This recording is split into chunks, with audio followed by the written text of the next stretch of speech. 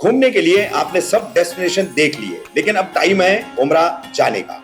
और आपके इस सफर को मुकम्मल करने आया है Al Rahman tours and travels, जहां कस्टमाइज और वैरायटी ऑफ पैकेजेस अवेलेबल है जो आपके बजट में आए या फिर आपका मन हो लग्जरियस होटल के साथ पैकेज मिले, तो ये सब अवेलेबल है Al Rahman tours and travels. Multiple destination flights हैं, चाहे मुंबई से जाना हो या दिल्ली से। अल रहमान अपने क्लाइंट्स को हमेशा प्रीमियम फ्लाइट्स और अच्छे होटल्स के साथ ही पैकेज प्रोवाइड करते हैं। अल रहमान टूर्स एंड ट्रैवल सिर्फ उम्रा ही नहीं बल्कि सभी ट्रैवल सर्विसेज प्रोवाइड करते हैं। तो फिर देर किस बात की, फौरन कांटेक्ट करें या अल रहमान टूर्स एंड ट्रैवल की वेबसाइट पर विजिट करें।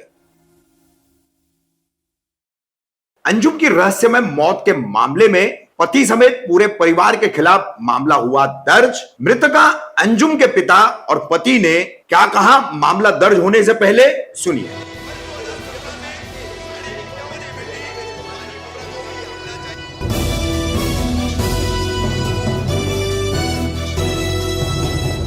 मैं रफीक कामदार, हिंदुस्तानी रिपोर्टर में आपका स्वागत है।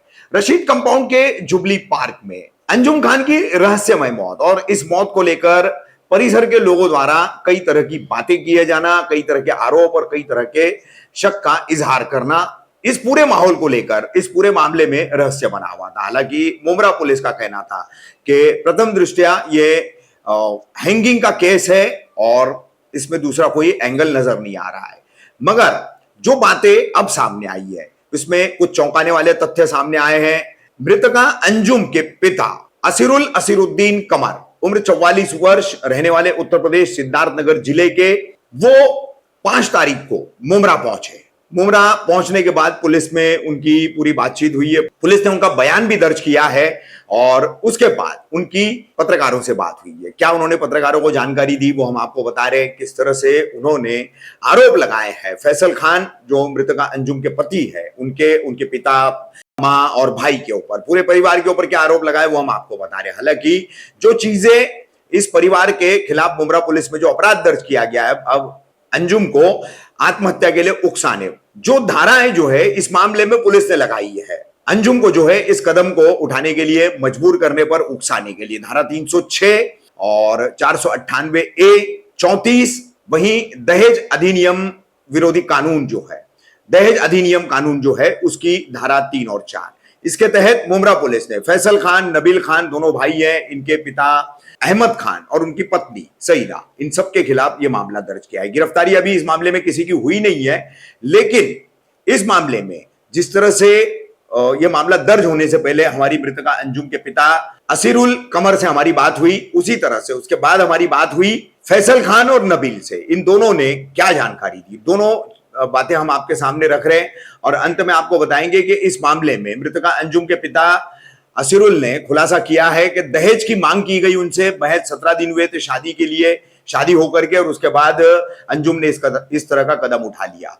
मगर दहेज की मांग किस तरह से हुई उसका खुलासा उसके पिता असीरुल ने एफआईआर में किया है कि उनकी जमीन जो है वो फैसल के पिता अहमद खान ने लिखवा ली थी, नोटरी करवा ली थी और वो 10 लाख रुपए की मांग कर रहे थे। 10 लाख में दे नहीं पा रहा था, जमीन बेच कर देना था, लेकिन उनको इत्मीनान नहीं था, तो इसलिए उन्होंने जमीन के कागजात उनके नाम पर करा लिए थे, नोटरी करा लिए थे मुझसे, और फिर बेच करके पैसा देने की बात हुई थी।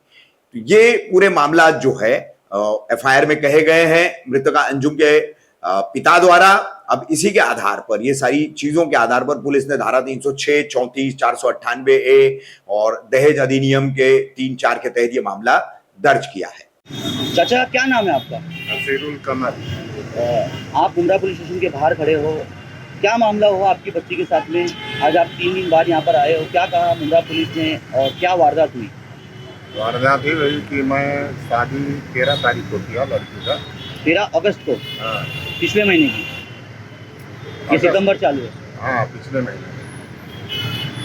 उसके बाद में ये लोग वहाँ से शादी करके लेके आए और बोले भाई मैं बम्बई में जा रहा हूँ, लेकिन ये लोग एड्रेस पता नहीं दिए। शादी आपकी बेटी की आप लोगों की पसंद से हुई थी? हाँ, हमारे पसंद से हुई। फिर उसके बाद क्या हुआ? बॉम्बे लेकर आए?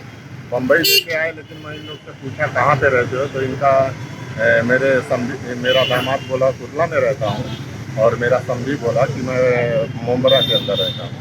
शादी ये से लोग- पहले आप लोगों ने लड़के के बैकग्राउंड में कुछ पता किया था, इंक्वायरी किया था लड़के के बारे लड़के के बारे में नहीं पता नहीं किया, में? छानबीन नहीं की थी आपने? नहीं कोई ये रिश्ता कैसा लगा था आपका? रिश्ता मेरे चाचा के लड़के हैं, तोफैल नाम है, जी। उन्होंने ये रिश्ता लगाया। 3 दिन पहले क्या हुआ आपकी बच्ची के साथ में? 3 दिन पहले सर ऐसा हुआ कि ये लोग उसको बोले कि ये तुम्हारी लड़की बीमार है जी। और हम लोग हॉस्पिटल में इसको एडमिट किए थे। कितने बजे फोन आया था? वो नहीं आया था, जी। वही मेरे चाचा के लड़के तोफैल भाई के पास कॉल करके बोले कॉल इन्होंने? करके बोले, आप लोगों को डायरेक्ट नहीं बोले? नहीं मैं हमको डायरेक्ट नहीं किया। फिर बोले कि उनको बोल देना कि उनके लड़की का डेथ हो गया अस्पताल में। 17 से 20 दिनों के अंदर जब लड़की की शादी हो चुकी थी, उस बीच में लड़की ने कभी कॉल करके अपने ससुराल वालों के हालात बताए थे? किस तरह से व्यवहार था उन लोगों का? वो नहीं, कभी कॉल नहीं की। अच्छा, कॉल नहीं किया। शादी करने के बाद से जब आई हो, जब से कॉल आपको एक बार भी उसने नहीं की? नहीं उसने नहीं, आप लोग करते थे? हम लोग करते। उनके पास मोबाइल था उनका? वो लड़की के पास मोबाइल नहीं था। आपके दामाद के मोबाइल पर बात होती थी? हाँ, बात दामाद के मोबाइल पे हमेशा हम लोग उसने अपने दामाद के मोबाइल पे बात करते फ़ोन लगाते थे, लेकिन ये कभी बात करवाता था और कभी बोलता था मैं बाहर हूँ, कभी कुछ बोलता था, कभी कुछ बोलता था। 2 दिन 1 दिन 2 दिन के ऐसा इधर उधर बात करवा देता था कभी कभी। आपको क्या लगता है, ये सुसाइड है या मतलब क्या है? मुझे तो कभी सुसाइड ये नहीं लगता है। सुसाइड नहीं क्या लगता। लगता है आपको? ऐसा इसलिए लगता है कि मैं उसको 22 साल उसका जन्म है, इतने दिन में कभी मेरे पास कुछ ऐसे हालात नहीं पेश आए कि मैं उसको मारूं या उसको कुछ बोलूं, ऐसा कभी कुछ नहीं हुआ। 15 दिन 19 दिन के अंदर शादी किया और उसका मौत हो गया, और वो भी मेरे कोई जानकारी नहीं। आपको मैं- 3 से 4 दिन लगे यहाँ पर पहुँचने में, क्या वजह थी उसकी? उसकी वजह ये थी कि ये लोग हमको बोले कि तुम्हारे बेटी का मौत हो गया और मैं यहाँ से निकल रहा हूँ, एम्बुलेंस 65,000 में फिट हो गई और मैं लेके आ रहा हूँ। मतलब आपकी बच्ची की जो मैयत है वो यूपी लेकर आ रहे थे? हाँ, यूपी लेकर। कहाँ पर यूपी में? यूपी में जिला सिद्धार्थनगर झुन्नीपुर। तो आपने पूछा नहीं कैसी मौत हो गई? मैं पूछा तो क्या बताया? तो ये लोग बोले 10 मिनट रुको मैं वापस कॉल करता हूँ। जी। इसके बाद सारा नहीं बताया? कारण नहीं बताया ना, एड्रेस बताया। मैं बोला कि भाई एड्रेस बता दो, हमारे भी रिश्तेदार हैं, उमरा के अंदर जाके मिलेंगे, देखेंगे कुछ होगा। आप लोगों को कब पता चला कि आपकी बच्ची ने फांसी ली और कैसे पता चला? पता ही ऐसे चला कि उन्होंने मेरे भाई मेरे चाचा के लड़के तुफैल ने मुझे आके बताया 9:30 बजे रात। अब आपने मुंब्रा पुलिस स्टेशन में इस चीज़ की शिकायत दर्ज कराई, क्या कहना है मुंब्रा पुलिस का?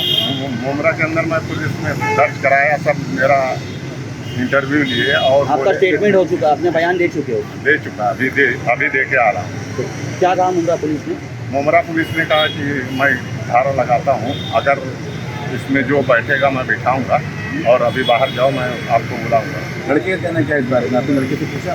लड़के का कहना तो लड़का कुछ भी बोलता, कभी ऐसा उल्टा, कभी सीधा, कभी कुछ भी ऐसा। उसके मतलब आपकी बेटी के मेरे जब समझ से में नहीं आ रहा उसकी बात। आप लोगों का मानना है कि आपकी बच्ची आत्महत्या नहीं कर सकती? नहीं, ये तो मुझे एकदम 102% उम्मीद है कि मेरी बच्ची ऐसा नहीं मुंब्रा कर। पुलिस के वरिष्ठ अधिकारियों से आप क्या गुहार लगाओगे? मैं उनसे ये बोलूँगा कि उसकी दोबारा जांच की जाए और मेरे बच्ची को न्याय दिया जाए, इंसाफ मिले। इंसाफ।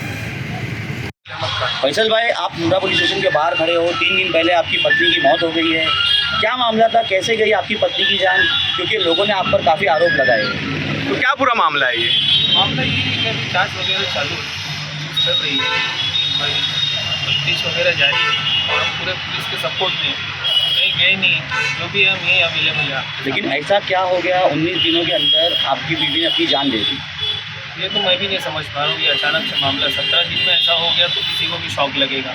नहीं, जब फांसी लगाई थी आपकी पत्नी ने, अंजुम ने, तो आप उस वक्त कहाँ थे? उस वक्त तो मैं दुकान के पास डिलीवरी कर रहा था, दुकान के पास थे? वाटर सप्लाई का है। अच्छा, जब आप घर पे गए तो क्या हालत थी, क्या सिचुएशन थी वहाँ घर पर? तो मैं जैसे ही गया तो घर का जो कुटी अंदर का था वो खुला हुआ था।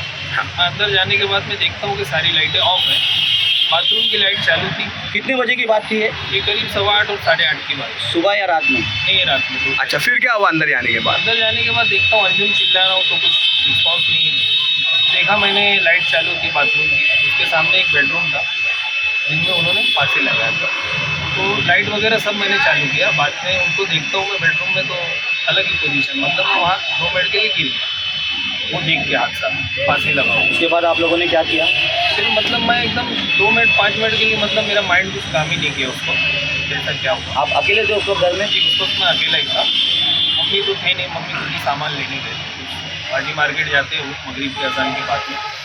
तो अम्मी को मैं फ़ोन लगाने के लिए कोशिश किया, जैसे ही फ़ोन लगा रहा था तो अम्मी ने भी कुछ रिस्पॉन्स नहीं दिया। तीसरी बार लगाने गया तो अम्मी वहाँ आ गए घर, वो भी देख के मतलब जो सामान था उनके हाथों से गिर गया। बोले क्या हुआ बेटा? मैं बोला देखो आप। जब तक आपकी बीवी वहीं थी, हाँ मतलब पंखे में ही लटकी हुई थी? पंखे से लटकी हुई थी। अच्छा, पंखे से किसने उतारा उसे उन्हें? जी मैंने और मम्मी ने उतारा। हाँ, फिर आप अस्पताल लेके गए? संपर्क नहीं किया था कि आपने? आपने दोनों जगह मतलब कैसा हमने दोनों जन ने उतारा, उन्हें हॉल की तरफ लेके गए, उसके बाद में पंखा वगैरह चालू किया, पानी वगैरह भी मैंने पिलाया कोशिश किया, और प्रेस भी मतलब मैंने सीने पे किया कि कुछ चांसेस हो। फैन पे से उतारने से पहले पुलिस वगैरह से आपने संपर्क किया था किसी से? नहीं किसी से मैंने कांटेक्ट वगैरह नहीं किया था। अच्छा, कोशिश में ये था कि कुछ चांसेस हो, बच जाए। ट्राई किया। फैसल भाई, गरम थी उस वजह से। सूत्रों के अनुसार हमें बताया जा रहा है कि जब आप अस्पताल लेके गए अपनी बीवी को, वही मेटफोर्ड अस्पताल है, वहाँ लेके जाने के बाद आपने सबको फ़ोन करके बताया कि उनको बुखार हो रहा है, तो आपने फांसी का क्यों नहीं बताया उस टाइम पे? उस वक्त मैं डर गया था। तो आपने इसलिए बोले कि बुखार हो रहा है, किसको बताए थे फ़ोन करके? उस वक्त मैं कैसा किसको क्या बोलता। लड़की के पिताजी का कहना है कि आप लोगों ने उन्हें डायरेक्ट संपर्क नहीं किया, आपने किसी के थ्रू उन्हें मैसेज भेजा है। नहीं ऐसा कुछ नहीं है, और तो किया गया था, मेरे भाई ने किसी को फ़ोन किया था। मैं उस वक्त मेरा जो फ़ोन है वो पुलिस वालों के पास जमा था, चौहान साहब के पास, मेरा फ़ोन उसी दिन जमा हो गया। आप पूछ सकते हैं। अभी आप बता रहे थे कि आपकी बीवी आपसे कुछ बोल रही थी कि मेरी शादी ज़बरदस्ती हुई है, ऐसा क्या पूरा मामला है वो? मतलब ये कि वो कह रहे थे मुझे 2-3 बार उन्होंने ये बात कही कि मेरी शादी आपके साथ में ज़बरदस्ती हुई।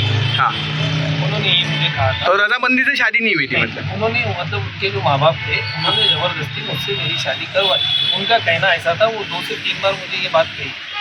मुंब्रा पुलिस स्टेशन में अभी किस बेस पे एफआईआर दर्ज की गई है? ये अभी एफआईआर वगैरह मतलब चालू है, जो भी इंक्वायरी है तफ्तीश चालू है। इंशाल्लाह देखते हैं क्या है।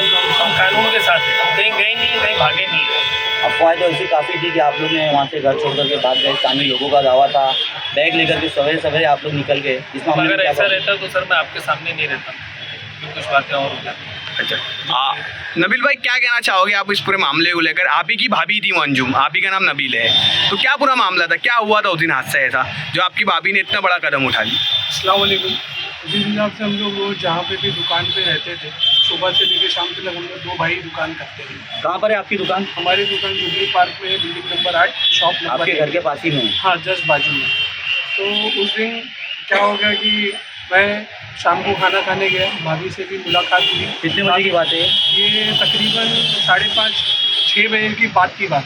मगरिब से 5 मिनट पहले मैं जब निकला घर से, तो भाभी से सलाम दुआ करके मैं निकला।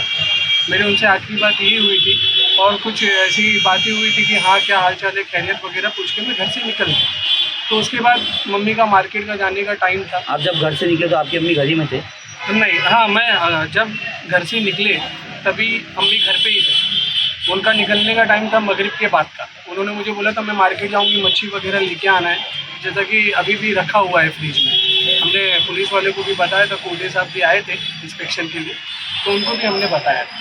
और लोगों का ये भी कहना है कि हम बॉडी को उतारे, गलती हमसे हो गई कि हमने बॉडी को उतारा, जैसे हमारे भाई ने उतारा है। हाँ। मैंने नहीं उतारा। बॉडी भी उतारे, और प्लस आपके भाई ने ये भी कहा कि उसको बुखार है जब डॉक्टर के पास लेके गए, तो ऐसा क्यों कहा, क्यों झूठ बोलना पड़ा? ऐसा है कि ये डर चुके थे, इन्होंने कभी ऐसा कभी देखा नहीं था, जिंदगी में पहली बार ऐसा इनके साथ हुआ है हादसा, तो इसके लिए डर चुके थे थोड़ा, तो इन्होंने बताया नहीं किसी को। मेटफोर्ड हॉस्पिटल में बॉडी लेके जाने के बाद भी आपने पुलिस से संपर्क किया था या नहीं किया? नहीं, पुलिस से इससे क्यों नहीं किया था संपर्क? ये बॉडी लेके जाने के लगभग कितने हल्की घंटे सी- के बाद में पुलिस को पता चला? ये 3 घंटे बाद पता चला। जहाँ तक तो आपने संपर्क क्यों नहीं किया था मुमरा पुलिस? संपर्क इसके लिए नहीं किया था कि जब तक मैं घर पे पहुंचा दुकान बंद करके, तब तक उसकी बॉडी गर्म। बाद में इन्फॉर्मेशन हम डॉक्टर अनस करके है, उन्होंने भी पूछताछ, उनको भी बुलाया गया, तो हल्का चांसेस था, उन्होंने बताया था। तो हम बॉडी लेके तुरंत चले गए। मेरे एक दोस्त थे, 2-3 मित्र थे, उनके साथ हम बॉडी लेके फिर चले हमने गए। 100 नंबर मैंने कॉल किया, मेरे ये मोबाइल कितने से बजे की बात थी? 100 नंबर पे ये मैंने कॉल किया। तकरीबन 8:30 बजे की बात है, 8:30 पौने 9, 8:30 बजे की बात है। आपका क्या कहना है? आपने 100 नंबर को डायल करके आपने मेरे खुद मोबाइल में बताया? है जी, मेरे मोबाइल कितने बजे किया था आपने कॉल? 100 पे भी मैंने कॉल किया और 102 पे भी मैंने कॉल किया। जब मेटफोर्ड हॉस्पिटल पहुंच गए उसके बाद? नहीं, मतलब लेके गए हम हाँ। हॉस्पिटल से, हाँ। घर पे जब लेके गए उसके बाद में अच्छा, हॉस्पिटल से वापस घर लेके गए आप, उसके बाद आपने कॉल किए? अभी मुमरा पुलिस स्टेशन आए हो, आप पे जैसे जिस तरीके से आरोप लगाए जा रहे हैं तो आपने उसका खुलासा कर दिया। अब आगे के विषय मतलब आगे किस तरीके से रहेंगे आप? जी देखिए, इल्ज़ाम तो मेरे भाई पे भी लगा है और मेरे डैडी फैसल खान पे भी लगा है और मुझ पे भी लगा है। तो ये सारे इल्ज़ाम जो है आप खंडन कीजिए, ये सब गलत है। सही क्या है वो पुलिस को मालूम है। पुलिस अपनी जांच कर रही है। अगर आप गुनाहगार साबित होगे तो आप सजा भी पाओगे। जी बिल्कुल, बेशक। असल में कैसा है भाई, मालूम है कि एरिया वालों ने भी बोला ऐसा है। नहीं, अच्छा एक बात एक मिनट नबील भाई, आप जिस तरीके से बता रहे, कितने सालों से आप वहाँ रहते थे? हमको तकरीबन 2 साल हो गए। 2 साल से आप वहाँ रहते थे। आपके स्थानिक लोग आपके खिलाफ क्यों हुए? वही वो क्या कारण है? आ रहा है क्योंकि जो भी देख रहा है बॉडी को तो उनको वही लग रहा है कि ये हत्या हो गई है या मर्डर हो गया है। तो उनका कहना यही है, हालांकि उनका कहना भी गलत नहीं है, पर चीज़ें आसान नहीं हो पाई। इनको कुछ समझ में नहीं आया, जैसे मेरी माँ और ये थे साथ में, तो इनको कुछ समझ में नहीं आया। तो मेरी यही गुजारिश है कि एरिया वाले जो भी थे, जुबली पार्क वाले, उनको गलत फहमी हुई है और उन्होंने लोगों ने बहुत आरोप भी लगाया हमारे परिवार के ऊपर। उस आरोप को सारे सब खंडन करिए आप भी। आपको भी पता है कि क्या है, आप भी आज आ चुके। जो भी है अपने पुलिस अपने विषय कर रही, पुलिस अपना जांच चालू कर रही है और हम पुलिस का साथ हमेशा देंगे, कहीं भागने वालों में से नहीं है। सीनियर साहब और चौहान साहब और आरआई साहब, उनका बहुत शुक्रगुजार है। हम उनके साथ लगे हुए और हम बीच में कहीं भागे नहीं थे। तो 2-3 दिन थे, हम यहाँ चौकी और कलवा हॉस्पिटल में थे। आप लोग इंक्वायरी कर सकते, देख सकते। अंजुम की बॉडी कहाँ पर है? कलवा हॉस्पिटल के अंदर ही है। हम जो लड़की वाले हैं उनको बोल रहे हैं कि बॉडी लेके चलिए। हमारे इस्लाम में एक चीज़ है कि जल्दी दफनाना चाहिए बॉडी। अब उनसे हमारी बात हुई, संपर्क हुआ, पर वो बोल रहे हैं कि बॉडी 30 दिन भी रहेगी तो भी चलेगा। हम अपनी जांच में जुटे हैं। शायद उनको ऐसा लग रहा है कि हत्या है, पर सब पुलिस वाले अपना काम, पुलिस अपनी जांच कर रही है। कर मतलब रही है कोऑपरेट करेंगे। अगर आप गुनहगार साबित होगे तो आप गुनह के लिए भी तैयार हो। और हमारा कोई मतभेद नहीं है, जैसे हमारे भाई के ससुराल वालों से भी कोई मतभेद नहीं है। इंशाल्लाह हम उनसे भी कोऑपरेट करेंगे और उनसे उम्मीद है कि बॉडी जल्द से जल्द। लड़की के पिताजी का एक और आरोप था आप पर कि जब आपने शादी करके उसे मुंबई लाए अपने साथ में, तो उन लोगों को एड्रेस मुमरा का नहीं बताया गया था आप लोगों द्वारा? नहीं, उनको बताया गया था ये कि मैं कुर्ला से सामान कुछ लेके आ रहा था। कुर्ला से लेके मतलब मुमरा में, मतलब हम लोग पहले से थे, तो सामान वहाँ रह उनका गया। आरोप ये है कि आप लोगों ने ये बताया कि हम लोग बॉम्बे में है मगर मुमरा में रह रही है उनकी बच्ची, ऐसा उन्होंने कहा कि आप लोगों ने कभी बताया ही नहीं, नहीं। उनको ये बताया गया था कि कुर्ला से कुछ सामान वगैरह हम लेके आ रहे हैं।